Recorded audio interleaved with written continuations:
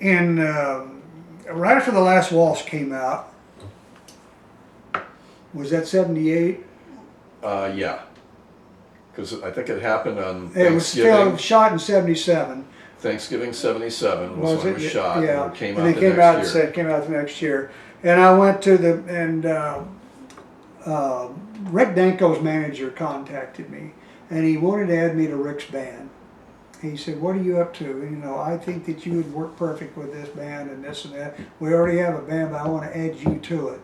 And so forth. They had 2 guitar players. You know. He was on Arista, wasn't he? Mm-hmm. Okay. And so, and we're getting ready to do another album, so that was an incentive and so forth. I said, "Well, yeah, let's get together." And so I started hanging with Rick, and then I got invited. I went to the first screening of The Last Waltz over at MGM, and then I went to the premiere of it at Cinerama Dome. Nice. And I went to the party afterwards upstairs on a rooftop of some big place.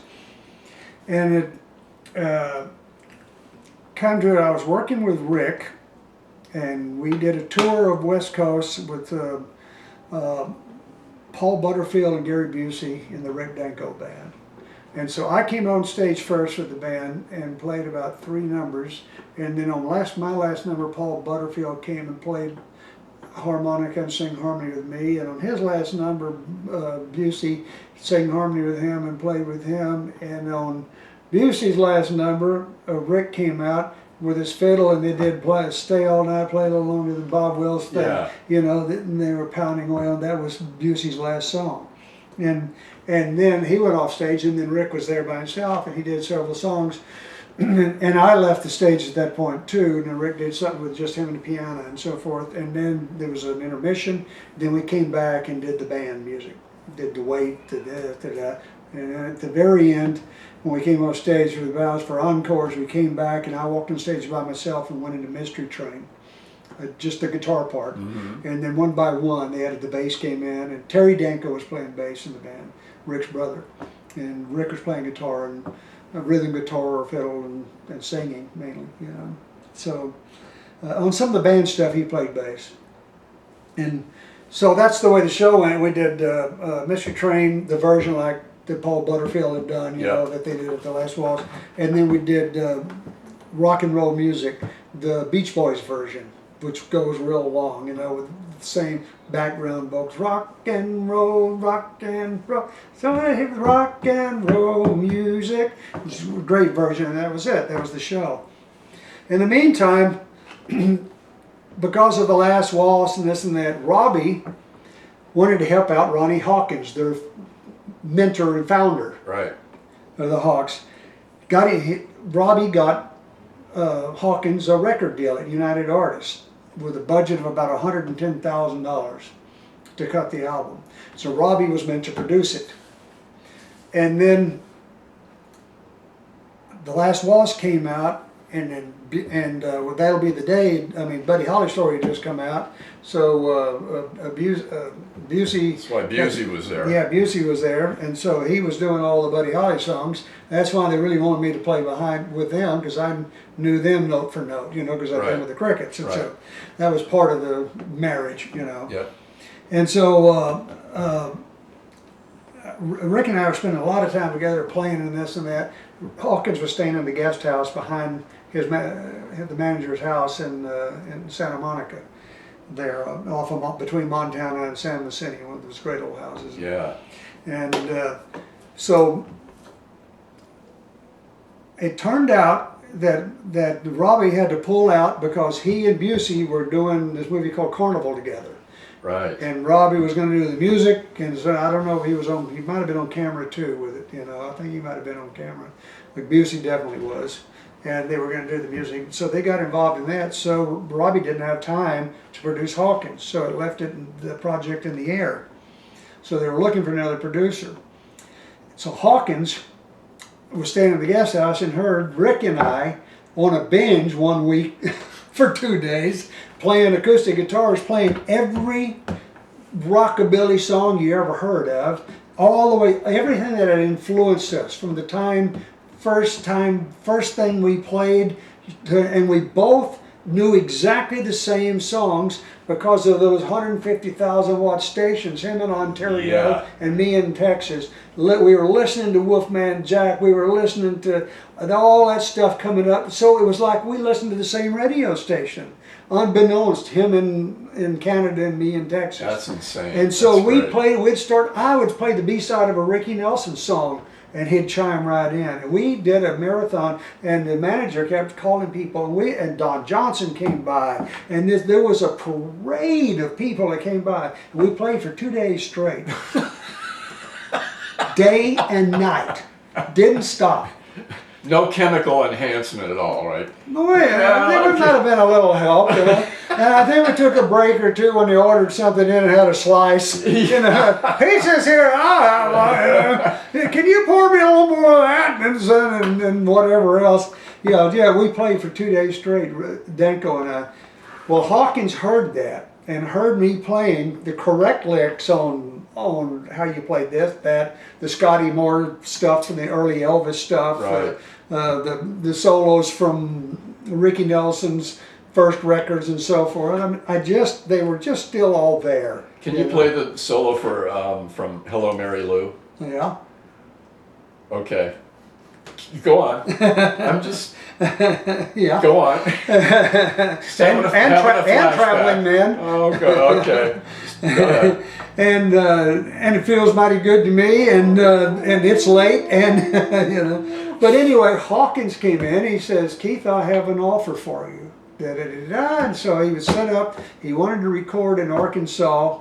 He had borrowed a farmhouse from Don Tyson, the guy that owns the chicken company. The chicken, yeah. Don Tyson. The Chicken King. The Chicken King. Well, Hawkins and him went to high school together. Okay. So he loaned him a house in the country, and he already had a mobile unit there, you know, and 2 engineers out of a studio, and they'd already tried to start cutting, and it was just awful, you know. And so he hired me, and so I came in. What, technically it was awful, or just the band couldn't get it together? Everything. Okay. Everything. All of the above. All of the above. It just was not happening. It sounded terrible, and it was just, you know, sounded terrible, and it was like not happening. And so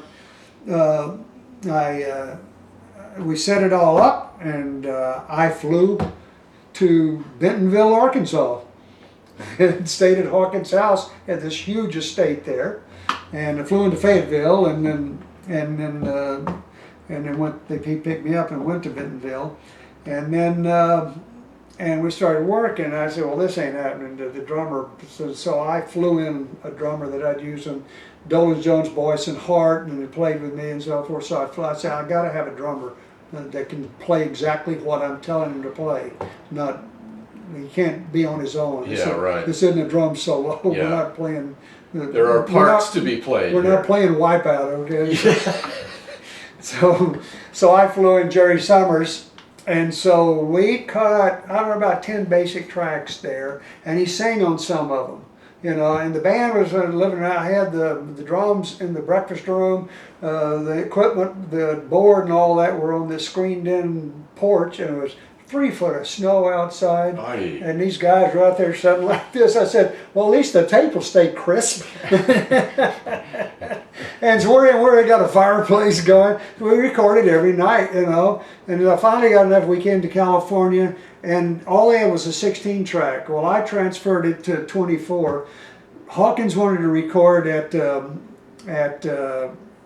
Shangri-La, the band studio. Yeah. And I said, I don't want to go all the way to Zuma. I'm in Trancas. I don't want to drive out there, and I don't want to get caught up in that mentality out there, because when I get in the studio, I want things like this. I'm a Virgo, so I want things to work right, and I don't want to, I'm not casual about it, you know, like, oh, we'll get back to it later, you know, and so forth. And not me, I show up to work, you know, and everybody that shows up better show up to work. So to answer your question, I'm in town, and I picked Larrabee Studios, which is right around from the Santa Palm Car Wash. Yeah. Picked Larrabee Studios, tell Hawkins that's what we're doing. I met with UA, they agreed I could have that, so I got that, and they had about 2 or 3 more songs they wanted cut. They listened to what we had and said, okay, here's what we want you to do. They picked it and said, I said, okay, we'll cut those. So cut them here, used all 18 people. Had Carol Kay, no, not Carol Kay from Elton's group. My friend D. Anthony, not D Murray. D. D Murray. Murray on bass. D Murray on bass. So, to answer your question, which has taken me 20 minutes, I said to the engineers in the studio, this gal ran the machine and this guy Randy ran the board, and I said, who's the musician, who's the guitar player that's playing on all those Ronstead records? You know, who's that? They said, oh, that's Waddy Wachtel. I said, book him for this session, so can you get hold of him? And they said, yeah, we can, our office can find it. I said, book him, I want him here for this, and we cut The Shadow of Your, a Don Williams song. We cut 3 songs on the session, and Waddy and I played guitar. And on that session, I sat in a booth and played acoustic guitar and sang, so everybody could follow what we were doing, you know. And you were doing the guide vocal. Yeah, I was doing the guide vocal, right. So when I handed Ronnie cassettes, I had one of just tracks and with background vocals, and one with my guide vocal on it. So I sang everything for him so he could get the cadence and the stuff. Ronnie didn't practice anymore, and he didn't work anymore to speak of, and so he was out of shape. And so by now I said, practice with that. This will tell you when to come in, when not. And I had the lyric sheets. And then he gets Chris Christopherson comes by and is going to give him a ride because he's staying at Danko's place out in Trancas. And Chris says, I got to run by the studio or Sony for a minute first, and for a costume fitting, he'll come with me. So Chris comes by the studio and we're working. He picks up Ronnie, goes by. Michael Cimino takes one look at Ronnie Hawkins and said, holy, you're perfect. And he said, what? And they suit him up as so-and-so. So he got cast in Heaven's Gate. Oh my. And so he flew to Montana and started, Hawkins did, and sat on a horse for 2 months. But he got paid. Got paid, but, yeah. and they called me, they begged me. Christopher Walken called me.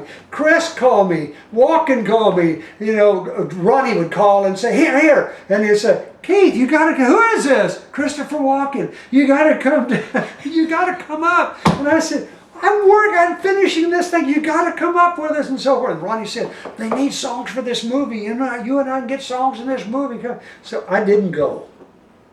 Another thing, I should have written that song for Lone Star, and I should have gone to, even if I got nothing in it, I'd have had a heck of a time and made a lot of money sitting around on the set in a motel in Kalispell, Montana. Oh. So that's how Ronnie Hawkins came about, or that's how I met. How you met Waddy? Waddy. Oh God, you want to kill that? Give it to me. I'll kill it. We're in the middle of taping. Can I call you back? Tina? Hi, Tina. You there? What is this? Oh. How do you kill these things? Tina?